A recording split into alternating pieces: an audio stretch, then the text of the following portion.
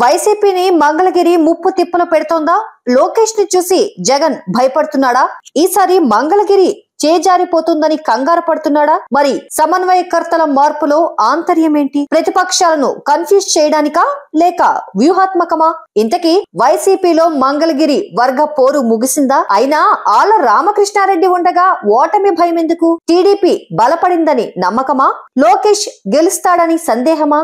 మంగళగిరిపై ఇలాంటి మరిన్ని విశేషాలు తెలుసుకునేందుకు ఈ వీడియోను చివరి వరకు చూడండి. స్టోరీలోకి వెళ్లే ముందు మా ఛానల్ ను సబ్స్క్రైబ్ చేసుకోండి. వైసీపీ అధిష్టానం నారా లోకేష్ పై పోటీకి సరైన అభ్యర్థిని నిలపడంలో ఎటు తేల్చుకోలేకపోతుందనే అనుమానాలు వ్యక్తమవుతున్నాయి. ఆయన పోటీ చేసే మంగళగిరిలో వైసీపీ అభ్యర్థిని నిలబెట్టేందుకు ఆపసోపాలు పడుతోంది ఆ పార్టీ.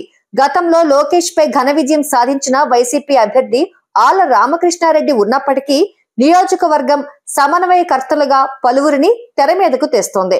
మొదట్లో సిట్టింగ్ ఎమ్మెల్యే ఆర్కేను తప్పించి గంజి చిరంజీవిని సమన్వయకర్తగా నియమించింది.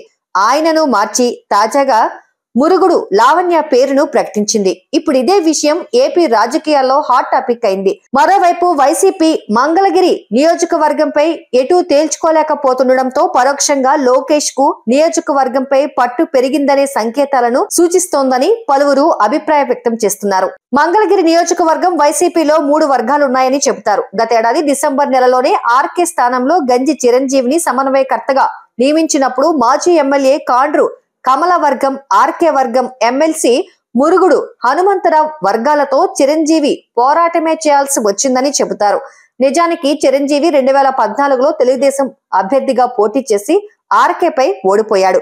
2019లో వైకాపా అధికారంలోకి వచ్చాక టీడీపీ నుంచి వైసీపీలో చేరాడు.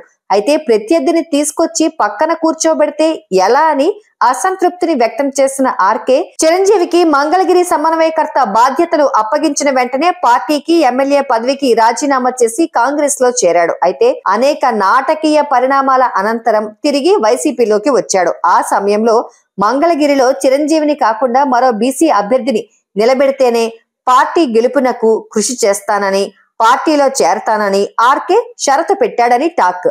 ఆ డిమాండ్ ను ఒప్పుకున్న తర్వాతే ఆర్కే వైసీపీలో తిరిగి అడుగుపెట్టాడు. అలా ఆయనకు ఇచ్చిన మాట కోసమే ఇప్పుడు లావణ్యను సమన్వయకర్తగా నియమించారని తెలుస్తోంది. అయితే అసలు కథ ఇప్పుడే మొదలైంది. మంగళగిరి టీడీపీ అభ్యర్థిగా నారా లోకేష్ పోటీ చేస్తాడు గనక టీడీపీ శ్రేణుల ఉత్సాహాన్ని తట్టుకుని లావణ్య నిలబడుతుందా లేదా అనేది తెలియాల్సి ఉంది. అభ్యర్థి కంటే పార్టీ ఎజెండానే గెలుపునకు ఉపయోగపడుతుందని నమ్ముతున్న వైసీపీకి మంగళగిరి విషయంలో మాత్రం నమ్మకం లేనట్టుగా అభ్యర్థి విషయంలో అనేక మార్పులు చేయడం రాజకీయ విశ్లేషకులను సైతం ఆశ్చర్యంలో ముంచెత్తుతోంది. ఇంతకీ లోకేష్ కు మంగళగిరిలో సొంత ఇమేజ్ పెరిగిందా? వైసీపీ అధిష్టానం లోకేష్ ను సీరియస్ గా తీసుకుందా లేక భారీ మెజారిటీ కోసం వ్యూహాత్మకంగా వ్యవహరించిందా అనేది స్పష్టంగా తెలియాలంటే ఎన్నికల వరకు వేచి చూడాల్సిందే. మా వీడియో మీకు నచ్చినట్లయితే లైక్ చేయండి, షేర్ చేయండి.